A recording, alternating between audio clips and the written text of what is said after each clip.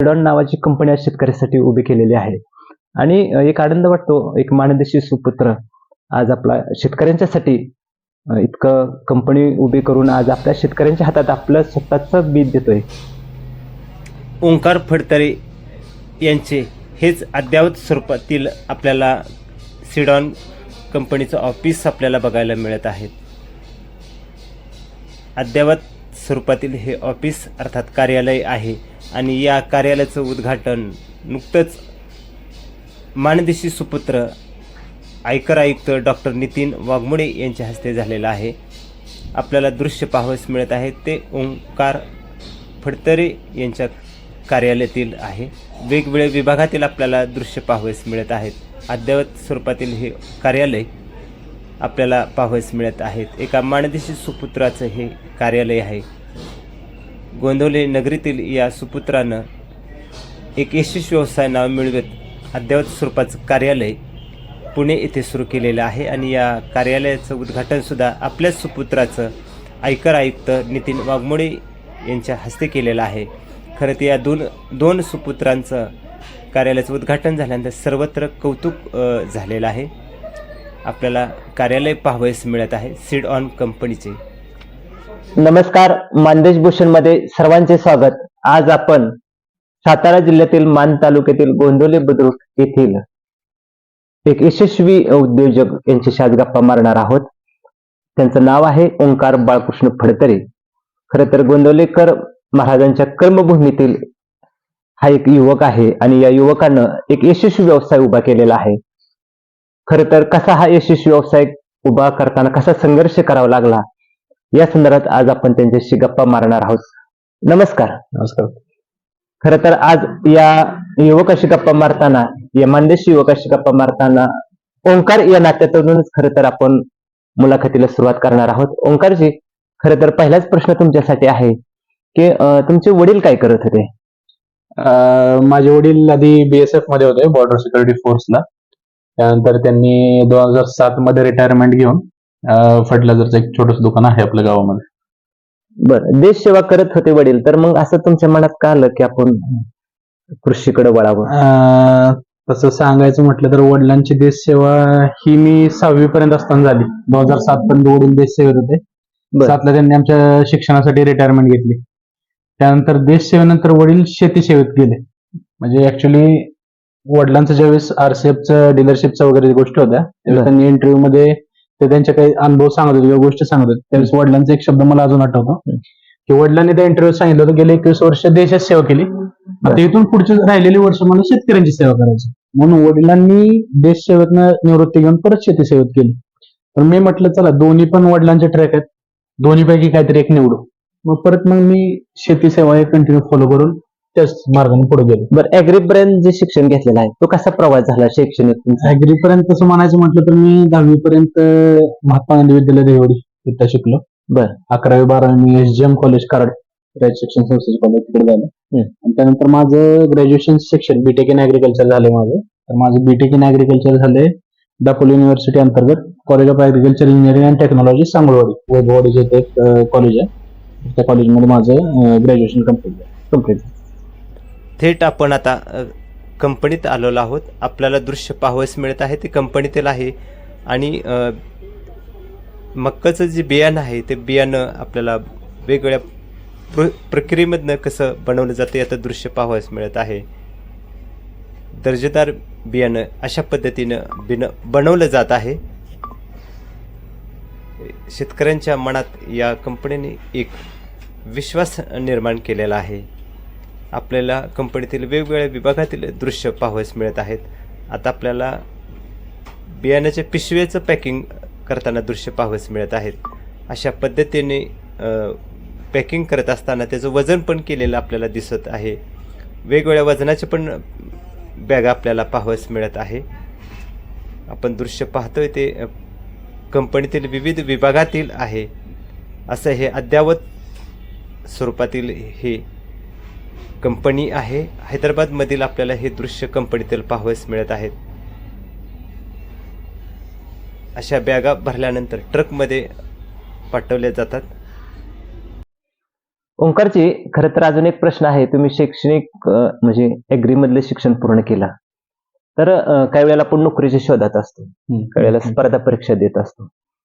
आणि जर हे कुठंच नाही जुळलं तर आपण व्यवसायाकडे वळतो. पण नक्की प्रश्न पडतो की प्रेक्षकांना की तुम्ही व्यवसायाकडे का वळाला? म्हणजे हे प्रयत्न केले होते का? प्रयत्न पोचले नव्हते का? नक्की काय घडला तो प्रसंग की व्यवसायाकडे जाण्याचा? ऍक्च्युली आता कॉलेजमध्ये 3 प्रकारचे पोर असतात.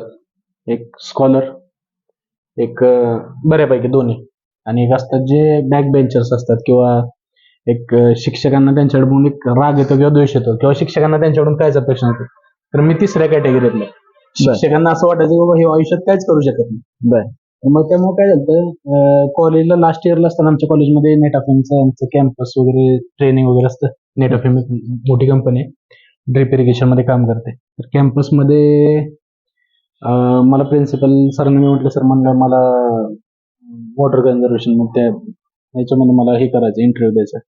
सर म्हटले, नेट ऑफिमला खूप स्कॉलर मुलं लागतात, तुझा इंटरव्ह्यू मध्ये सिलेक्शन होईल नाही होईल कसं होईल? काय म्हटलं, सर मला द्यायचंय, होईल नाही होईल बघून. मी म्हटलं बघून. मग मी इंटरव्ह्यूसाठी पुण्यात आलो. आमच्यातली काही स्कॉलर मुलं पण होती माझ्यासोबत इंटरव्ह्यूला. ज्यावेळेस इंटरव्ह्यू झाला माझा, त्याच इंटरव्ह्यूला त्यांनी मला जेन्युइन प्रश्न विचारले, आणि माझा पहिल्यापासून एकच उद्देश असतो, पुढच्यांना जसा प्रश्न केला काय असेल ते खरं उत्तर द्यायचं. म्हणजे एक ट्रान्सपरंट. त्यासाठी मी वेगळा हे दाखवून, म्हणजे ना त्याचा तुम्हाला काय फरक पडतो ना मला काय हे होतं, जसं ॲज इट इज जसं आहे तसं मी तिथं व्यक्त झालो. मला त्यांनी विचारलं, बाबा तू कसं बाबा फर्स्ट इयरला तुला एवढी मार्क पडली, सेकंड इयरला एवढी, थर्ड इयरला एवढी, कशामुळे? सांगितलं, सर मी तिथं असं कॅफे चालू केलं, मी थोडंसं लॉसेस झाले, मी कधी कॉलेज बंक करत होतो, माझ्या अटेंडन्स कम्प्लीट, सगळ्या गोष्टी क्लिअर सांगितल्या. महत्वाची गोष्ट ही, ज्यावेळेस त्या कंपनीचं सिलेक्शनचं लिस्ट आली कॉलेजला, आमच्या कॉलेजची 6 पोरं सिलेक्ट झाली. त्या 6 पोरात सगळ्यात वरती नाव ओमकार फडतरे होतं, 1 नंबरचं नाव होतं. त्यांनी मला नेट ऑफिमनं सगळ्यात आधी मला सिलेक्शन केलं. काय कारण असावं म्हणजे तरी?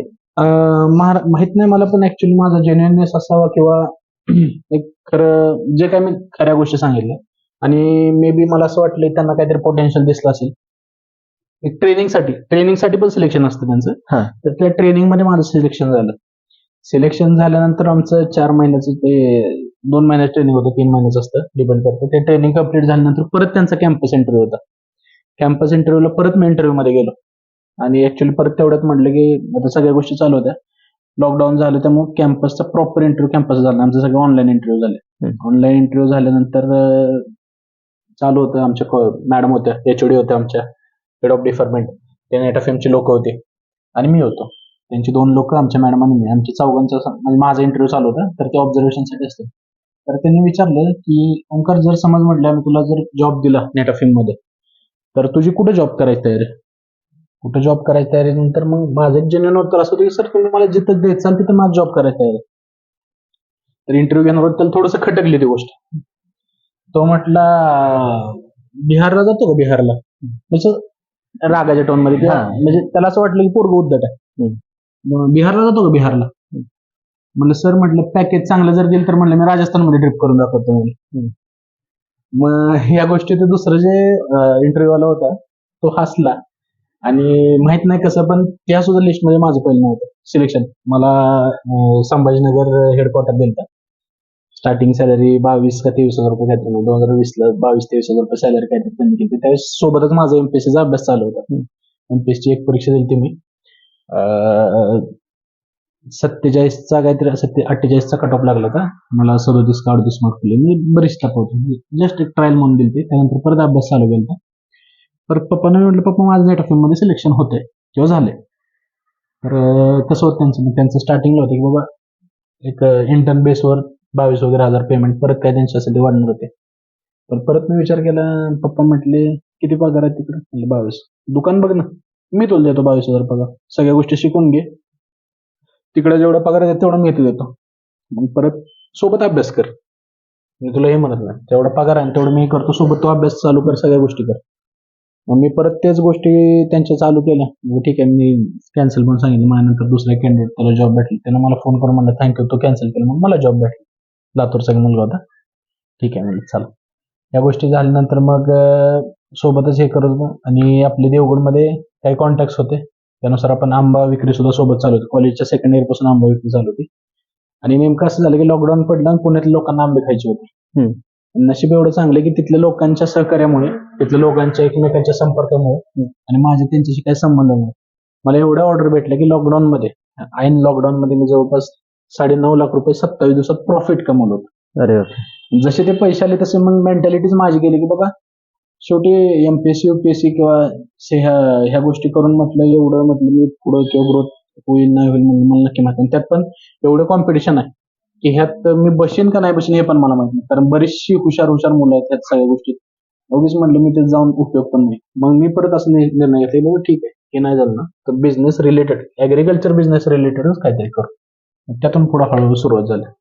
बरं, आता एक सांगा, तुम्ही आता हा प्रवास सांगितलेला आहे, पण प्रश्न पडतो की तुम्ही आता कंपनीला जे नाव दिलेलं आहे सिडॉन, चिडॉन, ते का दिलं आणि कसं त्याचं म्हणजे कसा शुभारंभ किंवा आपण म्हणजे उभारणी किंवा कसा प्रवास केला तुम्ही तो? म्हणजे चिडॉन. चित्र डोळ्या पुढे आल्यानंतर पहिलं नाव द्यावं लागतं, परत आर्थिक नियोजन आलं, परत सहकार्य आलं, तिचं विस्ताराचं कशा तुम्ही प्रवासाला सुरुवात केला? ऍक्च्युअली आता सिडॉन ही म्हणजे एक खूप सिम्पल कन्सेप्ट आहे. आपल्याला काय चालू करायचं तर आपल्याला कुठल्या क्षेत्रात जायचं. मी ऍक्च्युअली मला पैसे कमवायचे नव्हते. मला ऍक्च्युअली काय होतं, शेतकऱ्यांचा खूप कष्टाचा पैसा आहे, घामाचा पैसा आहे. आणि मला जर पैसेच कमवायचे असते ना तर मग मी फर्टिलायझर इंडस्ट्रीमध्ये जाऊ शकत होतो. आणि तिथं लिमिट नाहीये, काय नाही, तिथं मालाला एक्सपायरी नाही, तिथं कुठल्याच गोष्टी बघितल्या. फर्टिलायझरमध्ये प्रॉफिट रेशो पण सीडमध्ये ना रिस्क खूप आहेत. रिस्क काय आल्या, तुमचं जर्मिनेशन रिस्क आली, तुमच्या कंपनीचं नाव गेलं. एकदा नाव गेलं की नाव रिबिल्ड करायला खूप म्हणजे खूप मेहनत घ्यावी लागते. त्यामुळं ह्या गोष्टी चालू होत्या आणि आपल्याला बियाण्यातच जायचं होतं. बियाणं म्हणजे काय तर सीड. हा, आपल्याला काय करायचं, सीड कंपनी चालू करायची. बरोबर आहे. पण त्याच्यात पण 2 गोष्टी होत्या की नाव युनिक पाहिजे. नाव असं लोकल नाही वाटलं पाहिजे. ओमकार सीड्स किंवा फडतरे फॅमिली सीड्स असं नाही, लोकल नाव नाही वाटलं पाहिजे. म्हणजे कंपनी आपण इंट्रोड्यूस करतानाच हायर रेंज किंवा मल्टीनॅशनल कंपनी सारखं नाव देऊन म्हणलं इंट्रोड्यूस करायची. लय रिसर्च केली. शेवटी आमची बायको आहे, ज्यावेळेस ती बायको नव्हती, गर्लफ्रेंड होती माझी, आमचं लव्ह मॅरेज आहे. तर मग त्यावेळेसची गोष्ट की तिनं मला नाव सुचवलं. नंतर म्हणले सीड आणि ऑन नाव खूप छान वाटतं, दोन्ही कॉम्बिनेशन कर. मग तिच्या कन्सेप्टनुसार ही सिडॉन, म्हणजे वहिनींच्या नावानं सिडॉन तयार झालं. तिनंच नाव दिलं ऍक्च्युली, तिच्या नावानं हे सिडॉन चालू झालं. बरं, आता आर्थिक उभारणी कशी केली? म्हणजे आर्थिक उभारणी म्हणण्यापेक्षा एक 7-8 हजार रुपयात मी कंपनी रजिस्ट्रेशन केली. कंपनी रजिस्ट्रेशनच्या वेळी बँकच्या अकाउंटला LLP फॉर्म असल्यामुळे बँकच्या अकाउंटला काही पैसे डिपॉझिट करून बँक खातं ओपन करायचं होतं. बँकवाल्यांनी म्हणलं की मिनिमम 25,000 रुपये तुम्ही डिपॉझिट करा, म्हणजे आपले शेअर सिक्युरिटी वगैरे ह्याच्या गोष्टीवर दाखवायचे होते. 25,000 रुपये डिपॉझिट करून 25,000 रुपये घेऊन कंपनी इस्टॅब्लिश केली. त्यानंतर काही कॉन्टॅक्ट होते मार्केटमध्ये, मार्केट फिरून जे काही कोण नवीन दुकानदार असेल किंवा जे पोटेन्शियल वाले दुकानदार आहेत त्यांच्याकडे गेलो, तिथपर्यंत पोचलो. कारण मी माझे प्रोडक्ट दाखवले आणि मी प्रोडक्टची ब्रँडिंग आणि पॅकेजिंग एवढी सुपर केलेली होती की त्यांना नाही म्हणता झालं ना त्या गोष्टी. त्यांनी पण माझ्यावर विश्वास ठेवून, माझ्या गोष्टीवर विश्वास ठेवून त्यांनी माझ्यासाठी पैसे लावले. त्यात पहिली गोष्ट तर म्हणजे विनोद फर्टिलायझर लासूरने, विनोद गांधी, खूप चांगले मित्र आहेत आमचे.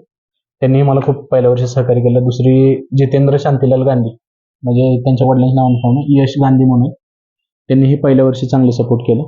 आणि तिसरं म्हणजे क्लासमेटच आहे माझा, त्यानं पण नवीनच नुसतं दुकान चालू केलं, तर त्याने माझ्यावर चांगला विश्वास दाखवून त्यानं चालू केलं की हां करतो तर हे दर ऍडव्हान्स, ह्या गोष्टी मला तू प्रोव्हाइड कर, ह्यासाठी ऍडव्हान्स दर. असं मी ऍडव्हान्स वगैरे गोष्टी गोळा करून त्यांचेच पैसे मटेरियलसाठी वापरून परत त्याच गोष्टी फक्त रोटेशन करत राहिलो. म्हणजे आर्थिक उभारणीचे तुम्हाला अडचण आली नाही? स्टार्टिंगला तर नाही आली. आणि कसं होतं, करण्याची जिद्द असली ना, म्हणजे मी ऑप्शन एकच ठेवला होता. सेकंड, माणसं काय म्हणतात नेहमी बॅकअप ऑप्शन ठेवा, पण मी एक सांगतो, बॅकअप ऑप्शन तुम्ही जेवढं ठेवचाल ना तितकं तुमच्या ना म्हणजे गोष्टी पुढच्या होत नाही.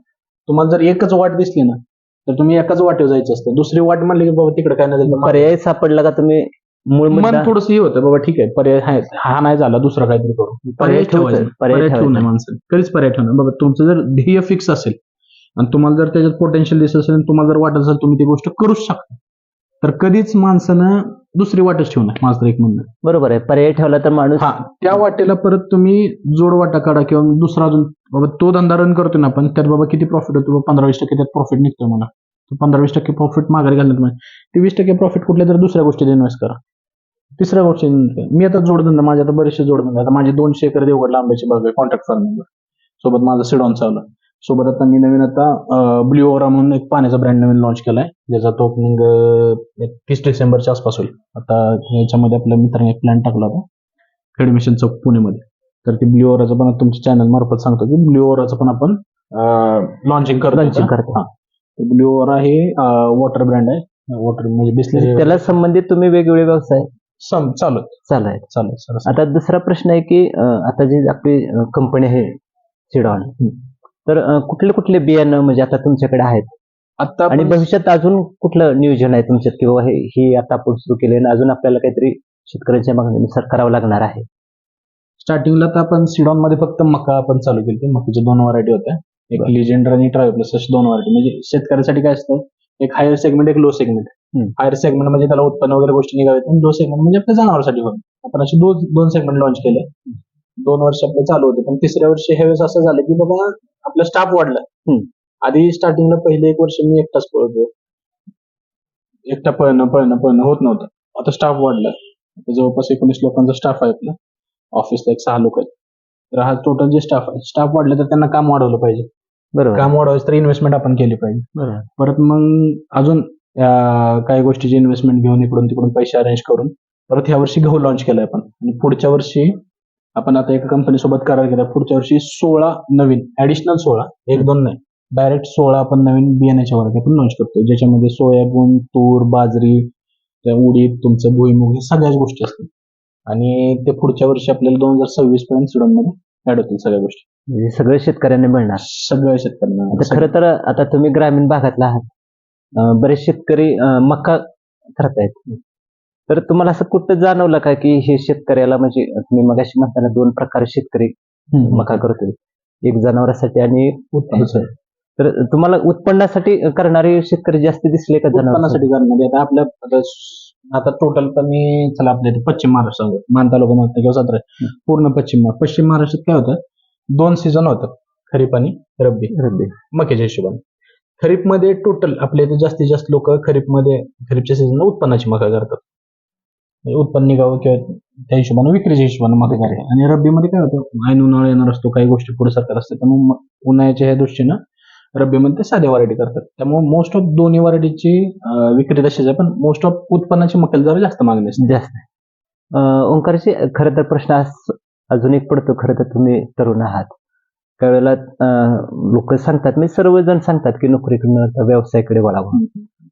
आता तुम्ही व्यवसाय करताय, पण काही व्यवसाय यशस्वी करायचा असेल तर काही सूत्र पाळावं लागतात. तर कुठलं सूत्र असावं की यशस्वी होऊ शकतो? म्हणजे कारण प्रेक्षकांना ऐकण्याची पण थोडी उत्सुकता असते ना, की कसा तुम्ही यशस्वी व्यवसाय म्हणून प्रवास केला, पण सूत्र कुठलं वापरलं, त्याला काय असावं? महत्वाची गोष्ट आहे ना, स्वतःवरचा विश्वास आणि कन्सिस्टन्सी. आणि विश्वास मानण्यापेक्षा घरनं, माझं एक सगळ्या म्हणजे मुलांची जी बिझनेस करू इच्छित त्यांच्या पालकांना पण एक विनंती आहे, चल तुम्ही ते शिक्षणासाठी तुम्ही खर्च करताना विचार करत नाही, बाबा त्याला एखादा कोर्स करायचा, कोर्स 10 लाखाचा असेल तर तुमची तयारी, बाबा ते 10 लाख खर्च करतो. पण तीच जर तो म्हणला मला एखादा बिझनेस करायचा 2 लाख रुपये द्या, घरचे देत नाही. देतात? तुम्ही सांगा. आजची परिस्थिती, आपल्या ग्रामीण भागातली परिस्थिती किंवा नॉर्मल आपल्या मराठी वर्गातली परिस्थिती अशी आहे की बाबा बिझनेस करायला 2 लाख देणार नाही, पण एखादा कोर्स करायला, नोकरीला लावायला 40 लाख रुपये भरतील.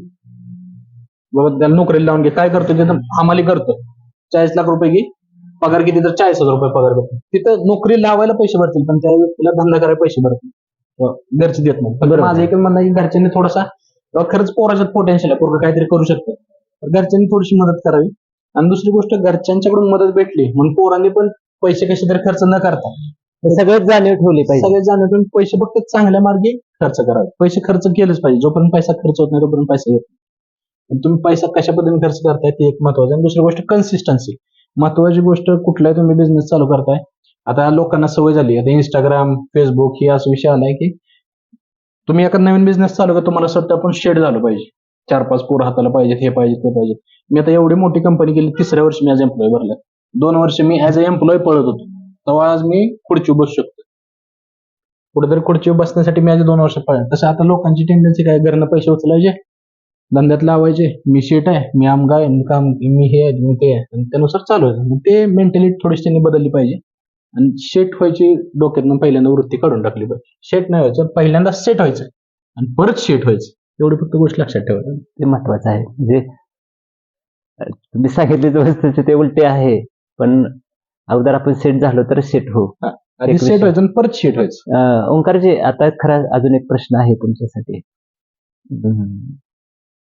एखादी जीवनातली टर्निंग गोष्ट आहे का, म्हणजे ज्यानं तुम्हाला कलाटणी दिली किंवा आज पण डोळ्यासमोर ती आली तर आठवते की बाबा ह्या गोष्टीनं आपल्याला मागं पुढे टर्निंग पॉईंट आपण म्हणतो, turning जाता जाता point. थडक्यातली एखादी. टर्निंग पॉईंट बरेचसे झाले आयुष्यात. म्हणजे एक थोडक्यात सांगायचं म्हणलं, ज्या दृष्टीने मी बिझनेस करायला लागलो किंवा काय करायला लागलो, एक ह्याच्या कॉलेजला असताना थोडंसं बिझनेस, मी तुम्हाला मगाशी सांगितलं की आपली माझी थोडी किरकोळ चर्चा झाली त्यावेळेस. कॉलेजला असताना मी कॅफेचा बिझनेस चालू केला, तर बराचसा लॉस गेला. म्हणजे कॉलेजला मी सेकंड थर्ड इयरला असताना माझ्या 3.5 लाखाचं कर्ज होतं, जे घरी माहित नव्हतं, पण माझ्यावर कर्ज होतं. अक्षरशः ज्या ज्या लोकांचं कर्ज होतं ते लोक आहे ना मला म्हणायची, उद्या जर पैसे नाही दिले कॉलेजवर येऊन तुला मग प्रिन्सिपलला सांगेन किंवा तुझ्या घरी सांगेन किंवा काय करेन. मी त्यांच्या अक्षरशः हातापाय पडायचो की काका फक्त घरी काय सांगू नका, मी तुमची एक रुपया भरून देईन म्हणलं, एक रुपया भरून देईन.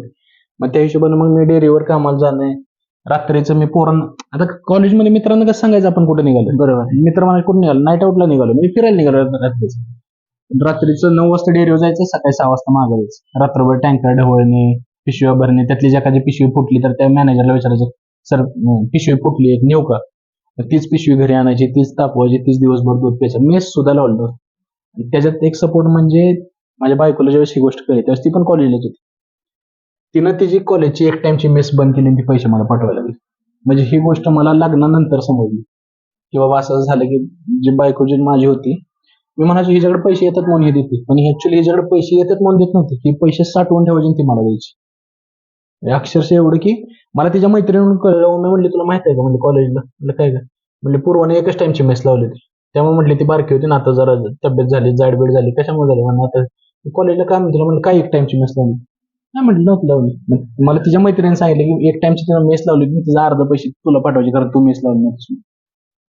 म्हणजे या गोष्टी मग असं वाटलं बाबा ही पोरगी, आपण ह्याच्यासोबत आयुष्य घालवणार, आई वडील आहेत आपल्या सगळ्या गोष्टी, ही पोरगी आपल्यासाठी एवढं करते तर आपण तिला काहीतरी देणं लागतं, काहीतरी देणं लागतं. मग ती मनात गोष्ट खटकली, बाबा ही एवढं करते माझ्यासाठी तर मी तिच्यासाठी 100% काहीतरी केलं पाहिजे. फक्त माझ्या डोक्यात एक होतं, हिनं माझ्यासाठी आताच कष्ट सहन केले, माझे आई वडील माझ्यापासून लहानपणापासून कष्ट सहन करायला, कुठेतरी हे सगळं थांबलं पाहिजे. म्हणून मग म्हटलं की बाबा काही असू दे बिझनेस करायचा, कारण सरकारी नोकरीत मला नाही वाटत मी लवकर जाईन. जर फास्ट ग्रोथ पाहिजे असेल तर म्हणलं मला हेच गोष्टी करायला पाहिजे, म्हणून परत ह्या गोष्टीकडे. ओंकारजी, खरं तर आता तुम्ही एवढा प्रवास सांगत असताना बऱ्याच वेळेला प्रेक्षकांना प्रश्न पडतो, मलाही पडलेला आहे सर्वांनाच, जो प्रवासातला जो हे आहे श्रेय आपण म्हणतो की या प्रवासात माझे हे वाटेकरी आहे, तर कुणाला तसं ऍक्च्युली सगळेच बरं का, ज्यांनी माझ्यासोबत वाईट गोष्टी केल्या ते पण वाटेकरी आहेत, ज्यांनी माझ्यासोबत चांगल्या गोष्टी केल्या ते पण वाटेकरी आहेत. कारण कसं आहे माहिती आहे, वाईट गोष्टी जर त्यांनी केल्या नसते तर मला दुसरी गोष्ट करायची कळली नसते. कोणीतरी विश्वासघात केला, कोणीतरी विश्वास जिंकला किंवा कोणीतरी विश्वासात घेतलं, ह्या दोन्ही गोष्टी तेवढ्याच मायने राखतात. त्यामुळे असं स्पेसिफिकली सांगायचं म्हणलं तर वडिलांचा फुल सपोर्ट पहिल्यापासून, काय करायचं ते कर. दुसरी गोष्ट आईचा विश्वास, तिसरी गोष्ट बायकोचा सपोर्ट. बायकोचं फक्त माझं अजूनही किती जरी मोठ्या अडचणी असतो, मला किती जरी मोठं देणं असतं, काय जरी असलं, बायकोचं मला फक्त एकच गोष्ट, ओंकार होईल सगळं ठीक, होईल सगळं ठीक, बस हे 3 शब्द मला पुरेसे आहेत. आणि मम्मीचं कसं असतं, टेन्शन नको घेऊ, सगळं होतं. पप्पांचं होईल तेव्हा बघू, तुला आता काय टेन्शन आहे का, काय टेन्शन असलं मला सांग. म्हणजे घरातील सपोर्ट ह्या गोष्टीमुळे आणि मानसिक आधार हा सगळ्याला भरपूर असतो, आणि तो आधार मिळाल्यानंतर आपल्याला एक पाऊल पुढे टाकता येतं. सगळं करतात. महत्वाची गोष्ट आहे, घरातलं तुमचं वातावरण जर शांत असलं आणि घरचे जर लोक तुम्हाला सपोर्टिव्ह असले, पप्पांचं माझ्या अजून सुद्धा म्हणणं, अजून सुद्धा आता मी हे कंडिशनला तरी मम्मीचं माझ्या पप्पांना म्हणणं असतं की पप्पा अजून 2 वर्ष आपण त्याला फुल सपोर्ट करायचं, काय होईल तेवढं, 2 वर्षानंतर बघू. आणि त्यांची अशी आहे की त्यांची अपेक्षा पण नाही की बाबा मी त्यांच्यासाठी काहीतरी करावं, पण तरी त्यांचे म्हणणं आहे की बाबा आपण 2 वर्ष अजून ह्यासाठी काहीतरी काय लागेल त्याला करायचं, 2 वर्ष तो जोपर्यंत प्रॉपर सेट होता. आता मी एवढं मोठं सगळं एम्पायर तयार केलं तरी पण त्यांच्यासाठी असं म्हणणं अजून 2 वर्ष आपण ह्याला फुल सपोर्ट करायचं, काय असेल ते त्यांच्या हिशोबाने करतात ते माझं. धन्यवाद. आपण ओंकार यांना त्यांच्या गाडीतून उतरताना पाहत आहोत. खरं तर ओंकार यांना बंधू अभिषेक आहेत, ते डॉक्टर आहेत. आईचं नाव अनगा आहे आणि ओंकार यांच्या पत्नीचं नाव पूर्वा आहे. असं हे कुटुंब आहे ओंकार फडतरे यांचे. वडील बियाण्याच्या पिशवीचं पूजन करतायत, आई पण पूजन करताना दिसत आहेत आणि ओंकार स्वतः बियाणाच्या पिशवीचं पूजन करताना दृश्य पाहतोय. सोबत आहे ते गोंदवलीकर नगरीतील नागरिक आहेत. ओंकार यांचे वडील बाळकृष्ण फडतरे अर्थात त्यांना सर्वजण भाऊ म्हणतात. भाऊंच्या हस्ते श्रीफळ वाढवून या पिशव्यांचं पूजन करण्यात आलेले आहेत. ग्राहक यावेळेला उपस्थित आहेत. आपण दृश्य पाहतोय ते ट्रकमधून बॅगा आणलेल्या आहेत. अशा पद्धतीचं हे बी बियाणं आणलेलं शेतकऱ्यांच्या बांधावर पोचल्यानंतर शेतकऱ्यांना अशा पद्धतीनं मकाचं उत्पादन घेतलेलं आपल्याला पाहावयास मिळत आहेत.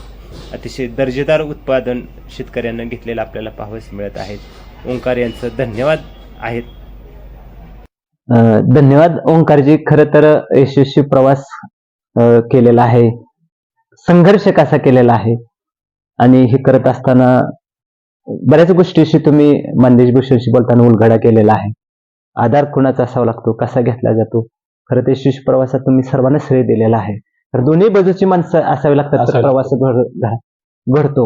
आणि ते पुढे जाऊन सांगितले की घरातला जो आधार आहे, मानसिक आधार, तो मिळाल्यामुळे आज मी एक पाऊल पुढे टाकलेला आहे. कारजी, खरं तर हा तुमचा आमचा सर्वांनाच प्रवास प्रेरणादायक ठरलेला आहे. तुमच्या या 12वी वाटचालीस जो जीवनात यशस्वी प्रवास आहे, यशस्वी प्रवासात गोंदवलीकर महाराजांच्या साक्षीनं तुमच्या 12वी वाटचालीस मंदेश भूषण परिवारातर्फे मनपूर्वक शुभेच्छा. आयकर आयुक्त डॉक्टर नितीन वाघमोडे यांच्या समवेत ओंकार वाघमोडे साहेब यांचा सत्कार करताना बाळासाहेब फडतरे आणि कुटुंब आपल्याला पाहावयास मिळत आहे.